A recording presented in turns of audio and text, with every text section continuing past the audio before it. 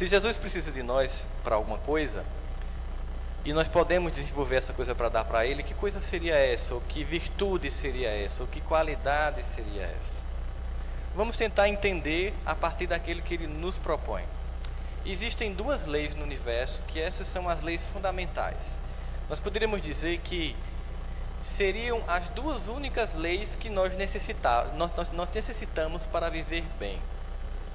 Todo o resto do sistema legal humano, as constituições das nações, ou mesmo aquele conjunto de leis que há no Velho Testamento, mais de 630 leis que Moisés desenvolve a partir do decálogo de Moisés mesmo, os 10 mandamentos, mas tem duas que são da constituição do universo. Essas duas leis que é, quando se perguntou a Jesus, como se pode resumir os mandamentos de Deus? E ele diz o seguinte: amar a Deus sobre todas as coisas e de todo o teu entendimento.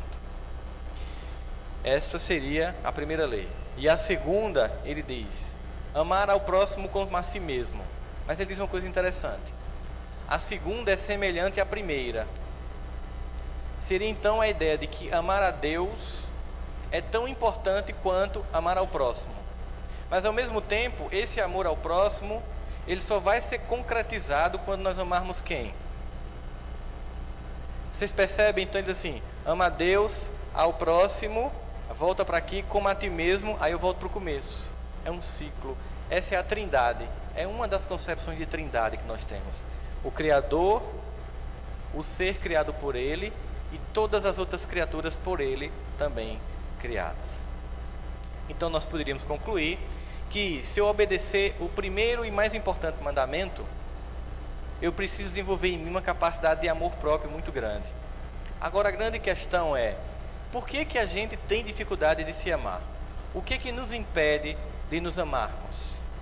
O que faz com que as pessoas achem que não são capazes ou não mereçam servir a Jesus? Servir numa tarefa junto ao Evangelho de Jesus, em qualquer lugar, em qualquer canto. O que nos torna incapazes de perceber o que nós temos como potência?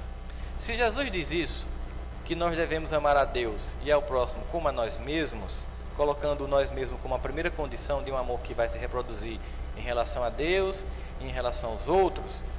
E João vai dizer que mente o homem que diz que ama a Deus a quem não viu e não ama ao seu próximo a quem viu. Imagine então um homem que não ama nem a si mesmo, que vê todo dia. Porque o próximo eu vejo, vez por outra, mas a minha eu vejo o tempo inteiro. O que inibe esse amor próprio? Onde estaria a origem dessa sensação de impotência? Jesus ele vai dizer o seguinte, que para a construção desse amor próprio, nós temos algumas potências, pouco percebidas, pouco entendidas. Ele diz que nós somos a luz do mundo e que nós somos o sal da terra. O que nós podemos entender por ser a luz do mundo? Imagina alguém chegar perto de você e dizer assim, você é a luz do mundo.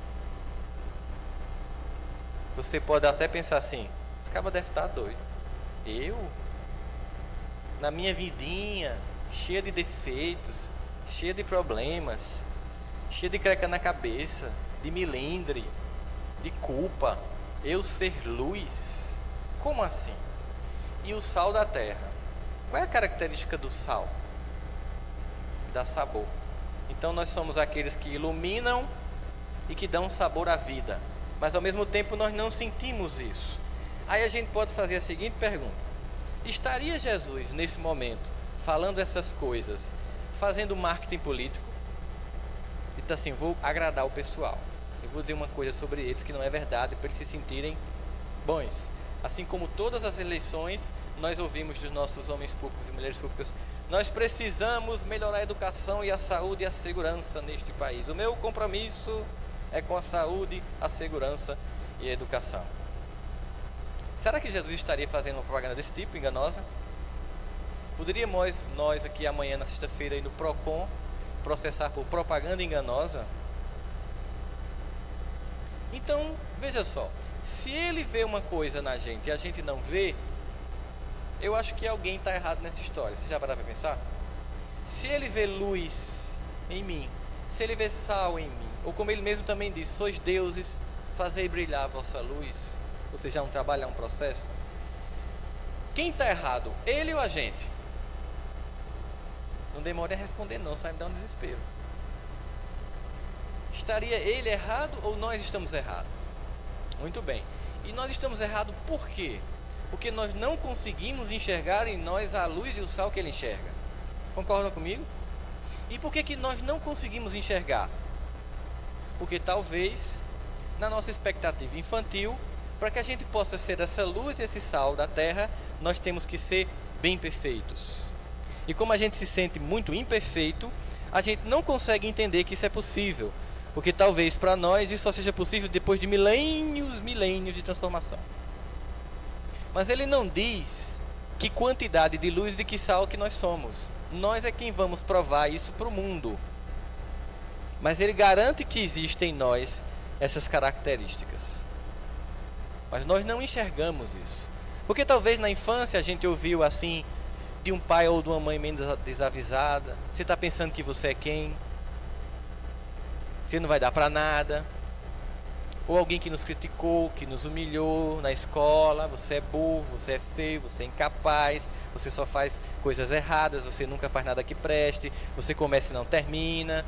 Eu poderia citar uma lista aqui, todo mundo ia se identificar com uma dessas frases e dizer: pronto, isso é a minha cara, né?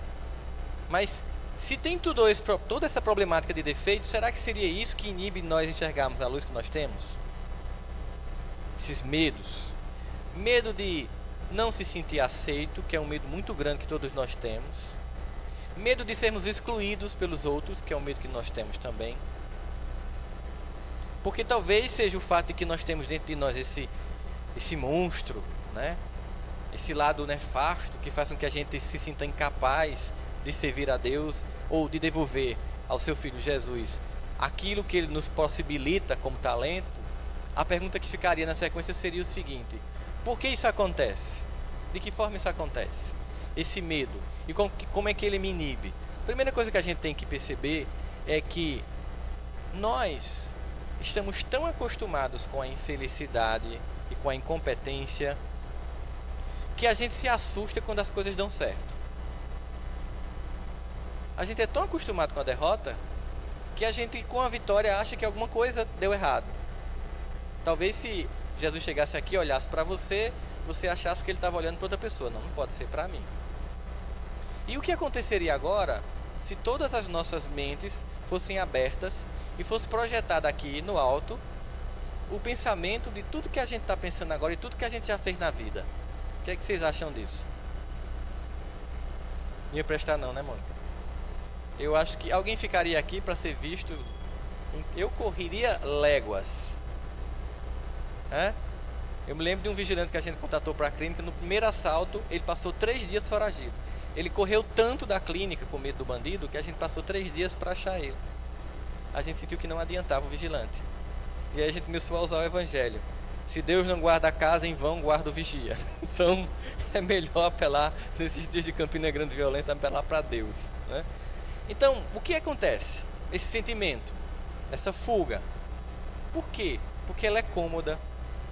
Porque toda pessoa, veja só, as pessoas elas olham pessoas interessantes e elas gostariam de ser interessantes, mas elas não estão dispostas nem a fazer o sacrifício para se tornar interessantes, nem a assumir o compromisso que é o peso de quando você se torna capaz de fazer alguma coisa. Porque é um peso sobre as pessoas. A gente vê só o lado glamouroso das coisas, nunca vai para os bastidores para saber o que acarreta aquele tipo de característica ou aquele tipo de capacidade que a pessoa desenvolveu. A gente só pensa no produto final daquilo ali. Então, muitas vezes, nós preferimos nos sentir menor porque tem uma coisa muito cômoda nisso: eu não tenho que fazer nada. Eu estou cuidando só de mim, então eu não tenho força para servir ninguém. Quem sou eu para servir alguém? Eu não tenho essa potência. Mas acontece que a possibilidade da potência foi dada para nós. O que falta é fazer eclodir essa potência. Ah, mas você não sabe o que eu vivenciei. Você não sabe os meus traumas, a minha educação. Você não sabe como foram meus pais, como é meu casamento, como é a relação com os filhos. Enfim, nós poderíamos aqui inventar um monte de desculpas para dizer porque que a gente não está em ativo serviço no bem. Ou seja, devolvendo para o Cristo tudo aquilo que Ele nos solicita, tudo aquilo que Ele nos dá. A gente poderia pensar sobre isso. As desculpas seriam muitas desculpas que a gente teria para a nossa inatividade. contanto que eu não tenha que ter responsabilidade sobre ninguém. Só que ele coloca como um propósito, como uma possibilidade. Vamos imaginar então que essas pessoas tentaram nos apagar na nossa infância ou na nossa adolescência. Mas mesmo esse apagamento que alguém pode fazer conosco é opcional. Vamos pegar um exemplo clássico, recente, de um homem que passou quase 30 anos preso, nome Nelson Mandela, num país de uma minoria de 5% de brancos que dominava 95% da população negra. Eles não deixavam os negros aprenderem inglês para que eles não pudessem se comunicar e se organizar. Era cada um no seu dialeto. Eles jogavam os grupos étnicos uns contra os outros para, na briga entre eles manterem a hegemonia política e militar dos brancos. Nelson Mandela se insurgiu contra tudo isso. Mas ele passou 30 anos preso, vendo por uma grade um terreno que só dava para pedras, e passou 30 anos ouvindo: você não é ninguém, você não é capaz, você não representa nada. E ele não deu ouvidos a isso. E quando ele saiu, ele foi eleito presidente da África do Sul, e todo presidente de uma nação, ele também é o comandante em chefe do exército, de todas as forças armadas. E agora aquele homem que havia sido preso 30 anos por esse mesmo exército era o comandante em chefe desse exército. Qualquer um de nós poderia pensar que era a hora dele se vingar. Mas o que mais foi incrível na trajetória dele na prisão é que não foi ele ter vencido o apartheid, que era o regime de segregação racial que havia na África do Sul. Não foi ter vencido o apartheid e ter se tornado o presidente da África do Sul. Foi dentro da prisão ter vencido o seu ego. Porque quando ele saiu, ao invés dele se vingar e colocar o país numa guerra civil, como aconteceu com Angola e outros países africanos, quando conseguiram se libertar dos europeus, ele manteve o povo unido para evitar a destruição do seu país. Muito mais alto falava a unidade do seu povo do que o seu ego de 30 anos de prisão e apagamentos psicológico, social e político. Ele tinha motivos para se vingar ou tinha motivos para morrer na prisão, desistindo de tentar lutar pelos outros. Então significa dizer que a gente poderia elencar aqui quantos jovens, quantos seres humanos que nascem nas periferias físicas, econômicas e existenciais da Terra, que teriam todas as justificativas para não acontecer como pessoa e dão como resposta a vida, a vitória pessoal. E quantos de nós, com todas as circunstâncias materiais e emocionais favoráveis, por um pequeno probleminha, temos aí a justificativa para apenas reclamar e nada fazer. Mesmo assim, há uma aposta em nós de Jesus. E a gente poderia ver essa aposta naquilo que a gente visualiza do contato com ele no Evangelho dos evangelistas João, Marcos, Lucas e Mateus, com as figuras que ele encontra durante a sua passagem no Evangelho. Quem era a mulher que quase foi apedrejada? O que ela tinha feito, gente? Ela tinha adulterado. Muito bem. Então aquele homem encontra aquela mulher em adultério e pergunta: cadê teus acusadores? Ao final da cena. E ela diz: ninguém está mais aqui, Senhor. E ele diz: eu também não te acuso. Então sabe esse problema terrível que você tem guardado na sua cabeça e se sente um monstro por isso, e não precisa contar aqui? Ele não lhe acusa por isso. Essa dor que você carrega dentro de você, ou essa mágoa, ele não lhe acusa por isso. A única coisa que ele quer é que você siga. Siga, vá, não volta a pecar, continua teu caminho. Quem era Zaqueu? Cobrador de impostos. O que é um cobrador de impostos numa terra invadida por uma outra potência? Imagine que o Brasil fosse invadido pelos Estados Unidos e que eu me tornasse cobrador de impostos. E eu ia na casa de vocês, até porque eu conheço muitos pessoalmente, e iria pedir, olha, eu quero tanto para dar para os americanos, manter o exército aqui invadindo, humilhando e violentando as filhas de vocês. Vocês iam me ver como? De mortal. Zaqueu era essa criatura. Cobrava impostos do seu povo para Roma. Essa mesma Roma que explorava seu povo. Então, quando Jesus foi chegar na região onde Zaqueu se encontrava, ele queria ver Jesus. Mas, conforme a narrativa do evangelista, ele era um pouco de estatura mediana. Mas imagine que Jesus vai passando na rua e era meio como um desfile, todo mundo esperando ele passar. Então imagina Zaqueu no meio da multidão, querendo passar para furar a multidão e ver Jesus. Quando alguém percebia, alguém cutucando e que olhava, que via que era Zaqueu, que reação tinha? Mas olha essa peste aqui, esse miserável querendo ver Jesus. Sai, miséria, sai daqui. Ninguém deixou Zaqueu passar. Ninguém deixou Zaqueu passar. Ele poderia ter feito o que depois disso? Ido para casa, desistido.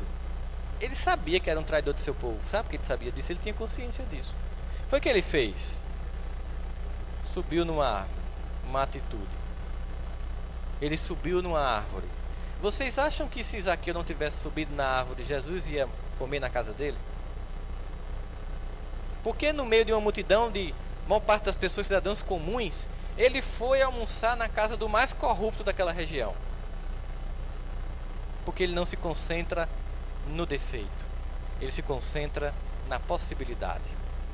Ou como diz Paulo, a luta não é contra o pecador, a luta é contra o pecado. Não é contra você, é contra as atitudes que você tem, mas não é contra você.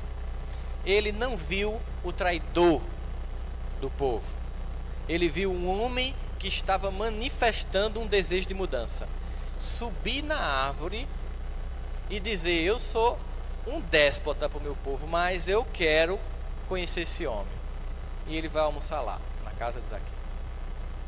Porque ele não se concentrou na figura equivocada, temporal do ego de Zaqueu, mas naquilo que ele poderia ser. Ele se concentrou em ver naquele homem a luz do mundo e o sal da terra. Quem era Paulo? Que nome nós damos Paulo? Saulo era o que dos cristãos? Perseguidor? Já ouviram falar nisso? Que Saulo perseguiu os cristãos? Todo mundo ouviu falar nisso? Concordam comigo? Saulo perseguiu os cristãos. Vocês sabem o que é politicamente correto? Politicamente correto é um termo criado pelos americanos para definir quando você diz uma coisa dura de uma forma que não fere. Então, por exemplo, Chico Xavier se referia às prostitutas como nossas irmãs que vendem suas forças sexuais. Não é mais suave? Então dizer que Saulo era um perseguidor de cristãos é suave, porque Saulo não era só isso. Vamos ver o currículo de Saulo, para a gente entender com que figurinha Jesus conversava e o que é que ele fazia depois com essas figuras. Saulo era um homem rico, um homem culto, fazia parte do Sinédrio, era um doutor da lei, mas o seu país era um país invadido por Roma. Em algum momento vocês veem na narrativa do Evangelho que Saulo se reuniu com o Sinédrio para tramar contra Pilatos e libertar a Judéia, que ele se reúne em prol da libertação política do seu povo, que ele gasta suas energias e suas forças para tornar a vida do seu povo melhor. Quando ele resolve usar suas forças, de que modo ele usa? Paulo ele não era um perseguidor de cristãos. Paulo ele era um traidor do seu povo porque nada fez pelo seu povo e era assassino. Perseguidor é aquela pessoa que não trabalha a porrinha, ele é um perseguidor. Saulo era um assassino. Ele matava. Enquanto o seu povo vivia na lama e no charco da humilhação de uma invasão de outra nação, ele na sua pequena elite, porque Roma dominava uma região, mas não mexia com a elite, para que a elite não ficasse à frente do povo para retomar o poder. Ele deixava a elite ali acontecendo. Herodes podia ficar como rei, não mandava em nada, mas ficava lá no seu castelo. O Sinédrio ninguém mexia, a burguesia ficava intacta. Eles queriam explorar o povo, e assim a burguesia ficava imóvel, não fazia nada, porque ela continuava seus privilégios, enquanto que o povo pagava a conta dos invasores. E Saulo não fazia nada em relação a isso.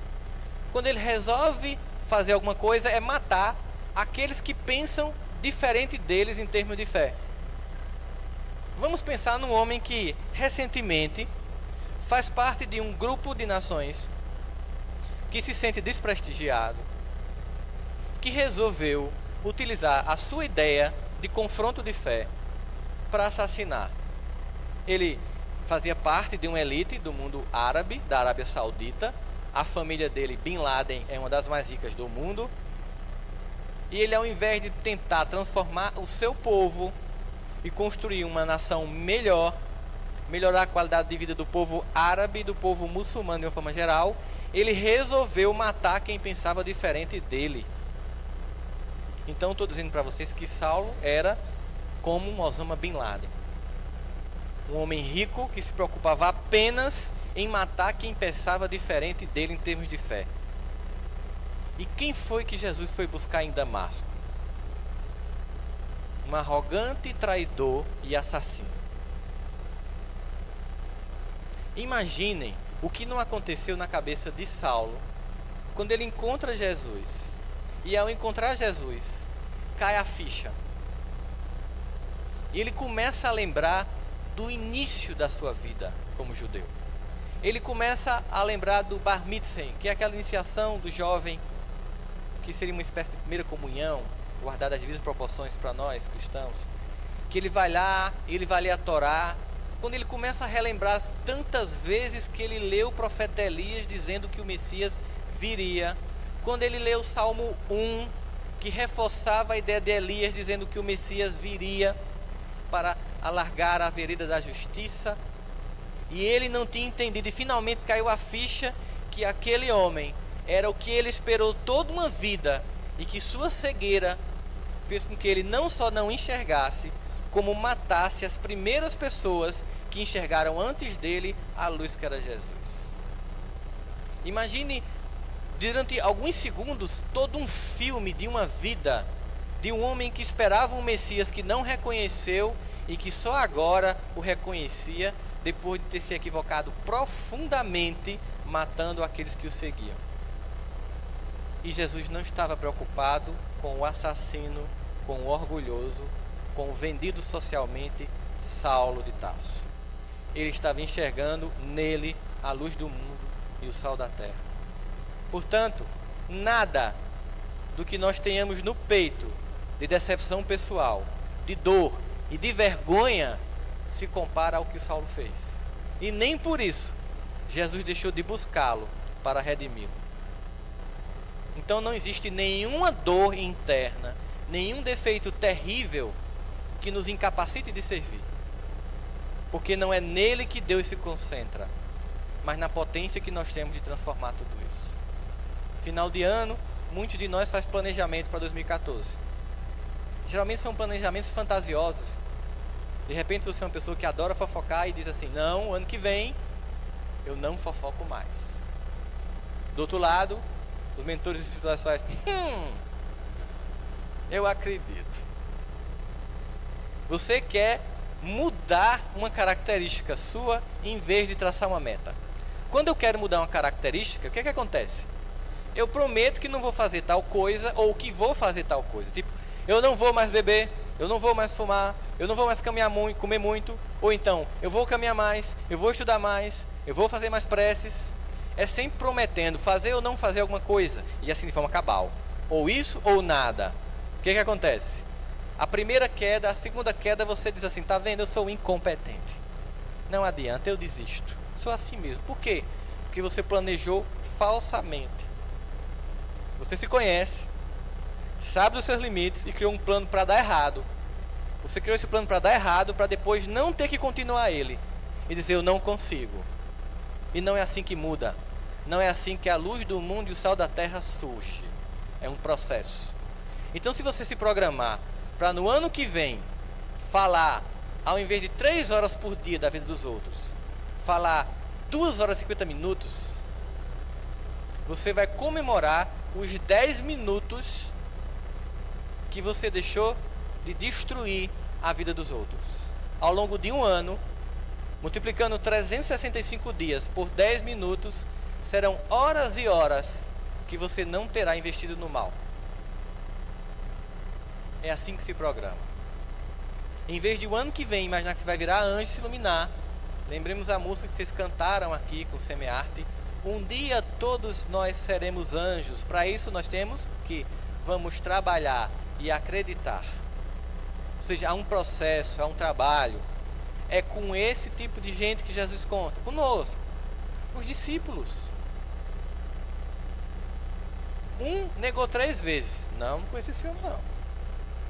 Os outros sumiram. Não tem nem notícia do que fizeram. Só um, mais jovem, foi lá no Gólgota acompanhar a crucificação. Depois ficaram morrendo de medo, presos. O medo da perda da vida física. Foi preciso o mestre voltar, entrar nas portas e dizer que estava de volta. Para eles voltarem a acreditar. E mesmo assim Jesus contou com eles. Por que não vai contar com a gente? Será que nós somos esses criminosos que eu descrevi aqui? Um matador de pessoas, um cobrador de impostos? E mesmo assim Jesus viu possibilidade? Não há mais como usar como desculpa essa visão infantil que nós temos de nós mesmos. Se existe algum presente que a gente pode dar a Jesus, é se amar. Se amar mais do que qualquer criatura na terra. Porque só aquele ser que se ama é capaz de, experimentando em si o próprio amor, conseguir amar quem está perto. É justamente a infantilidade, a falta de amor próprio, que faz com que as relações não funcionem. Porque você vai para uma amizade, para um trabalho, para um casamento, esperando que o outro lhe ame. Porque você é carente e quer que o outro tape as suas questões emocionais. Tudo começa a funcionar de fato quando você está disposto a oferecer, independente da resposta do outro. Ao final eu posso até concluir que, bom, eu fiz de tudo e não tem um feedback positivo, eu posso ter a opção de dizer não dá. Eu quero alguém que seja capaz de devolver um pouco do que eu dou. Nada justifica mais ficar parado.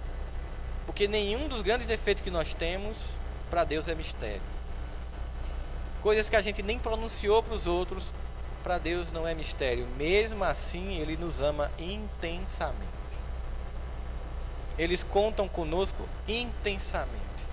Precisam sim de nós.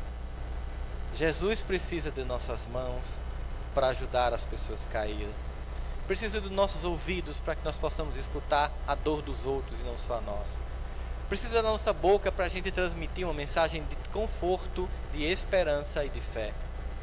Precisa da nossa mente para pensar positivamente e orar.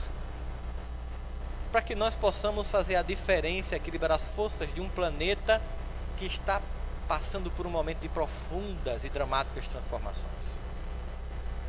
De valores deturpados, de famílias caídas, de um Natal que certamente foi muito mais regado a cachaça e a bebida do que a confraternização fraterna entre as pessoas. Em que nós perdemos total propósito entre o que é uma ceia de afetos e uma ceia de enfeites. A única coisa que ele chama é para uma vivência simples da vida, do evangelho, no cotidiano. E aí vem a grande questão, tá? Então eu posso? Pode. Mesmo com todo defeito? Sim. Não é ficando perfeito que eu vou servir, é servindo que eu vou me aperfeiçoando. Não é me tornando uma pessoa melhor que eu vou chegar num lugar e me candidatar para prestar algum serviço de bem. É me candidatando e prestando algum serviço no bem que eu vou me tornando uma pessoa melhor. Por isso que Jesus diz, vem como você está, desse jeito. Porque Ele refaz. É só se permitir nesse processo de construção de uma nova identidade de pessoa. Para servir do jeito que está. Para fazer planejamentos realistas. Para daqui a 10 anos. Metas realistas. Para que eu vá construindo. Deixar de se ver como incapaz, como burro, como feio, como pobre, como miserável. Todos aqueles adjetivos que são carregados de preconceito e de uma visão distorcida que nós temos de nós. Porque se Jesus vê luz e sal em nós e nós não enxergamos, é porque nós é que estamos cegos. E temos que escolher se nós vamos nos enxergar a partir dos olhos do mundo ou a partir dos olhos de Jesus. Para que a partir dessa crença que de fato, apesar de tudo que nós somos, dos defeitos que nós temos, nós podemos servir a Deus sim. Nós podemos construir uma vida melhor sim.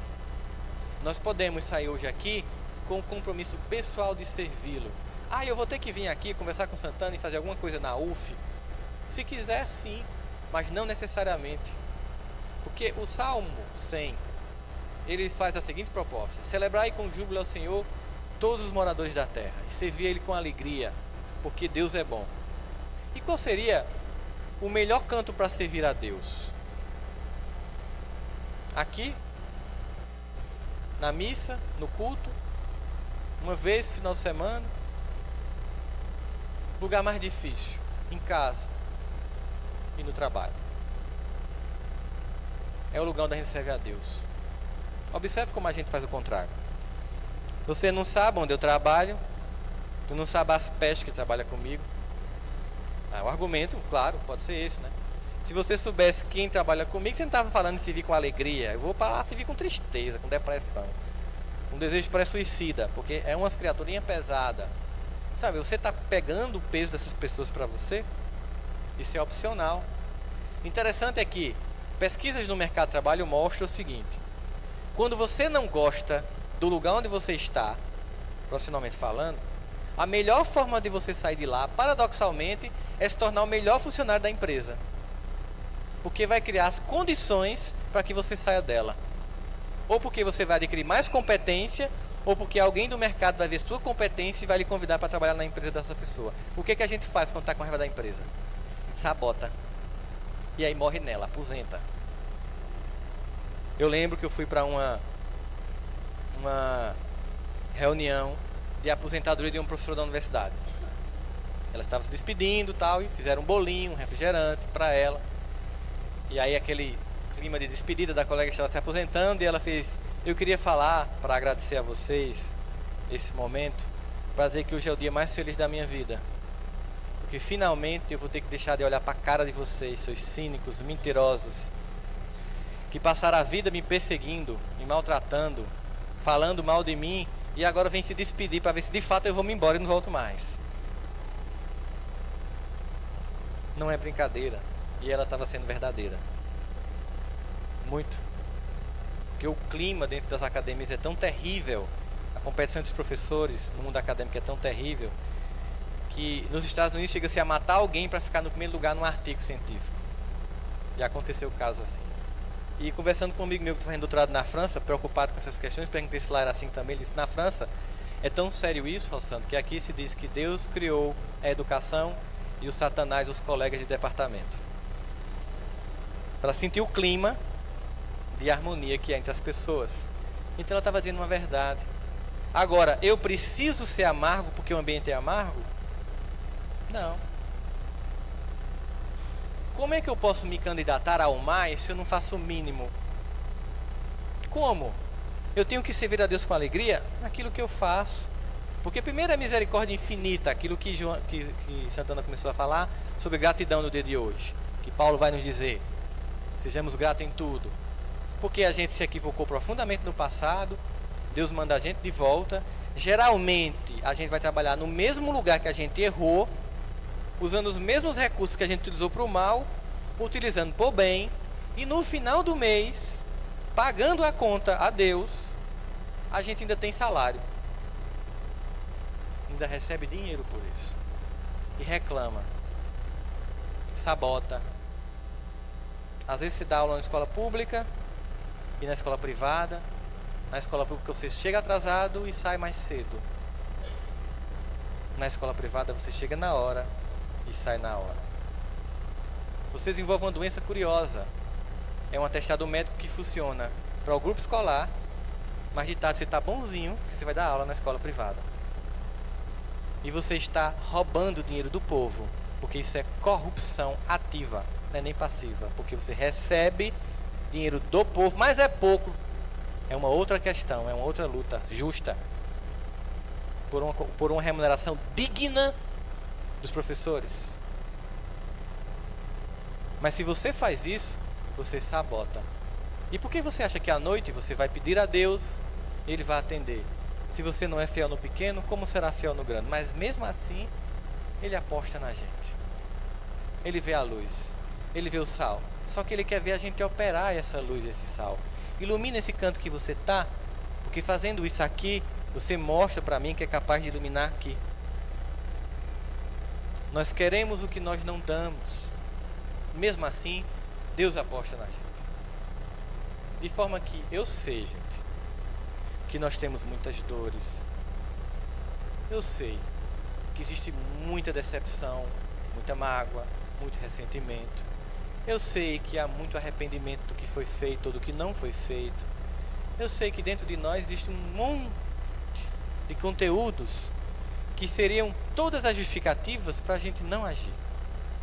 Mas Jesus, Ele veio para dizer que dentro de nós existe luz e sal, que nós podemos iluminar e temperar a vida uns dos outros, que não são nossos medos, nossos erros e nossos defeitos que vão servir como justificativas ou como desculpas para que a gente não sirva a Deus.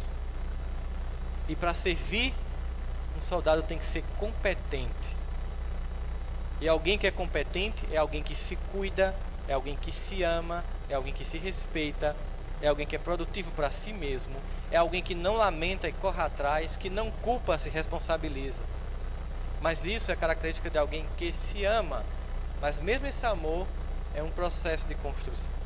Então, para vocês, um mantra em 2014, para ser desenvolvido na mente de vocês, porque quando isso for alcançado, tudo mais virá. Tudo mais. Comecem a dizer para vocês, até virar realidade: eu me amo, não posso mais viver sem mim. Porque aquele que ama a si, ama o próximo e ama a Deus. Não tenha medo de se amar. E é para se amar bem cheio de defeitos como nós somos. Assim como a mãe ama o filho como ele é. Inclusive, geralmente quando a mãe tem vários filhos, ela justamente dá mais atenção ao mais problemático. E aqueles que são certinhos ficam irritados. Eu não dou trabalho nenhum e a senhora só dá atenção a fulano. Por isso mesmo, meu filho, porque você já está pronto. Seu irmão não. Se uma mãe é capaz de fazer isso com um filho que não está pronto, imaginemos Deus. Imaginemos Deus, porque nossa mãe nos ama a partir dos defeitos que ela sabe, porque tem uns que ela nem desconfia. Mas Deus sabe de tudo e ainda assim nos ama profundamente. Então não vamos mais usar desculpas para não se amar. É uma necessidade. O amor a si é a condição para amar aos demais. Tenha um 2004 luminoso, cheio de trabalho no bem, de crescimento interno, e que a família de cada um de vocês aqui representada, seja desencarnados ou de encarnados, recebam desta casa de luz, dessa embaixada do Cristo na Terra, todas as emanações de vibrações de amor, de carinho, de confiança. Muita paz e muito obrigado por mais um ano aí, gente. A gente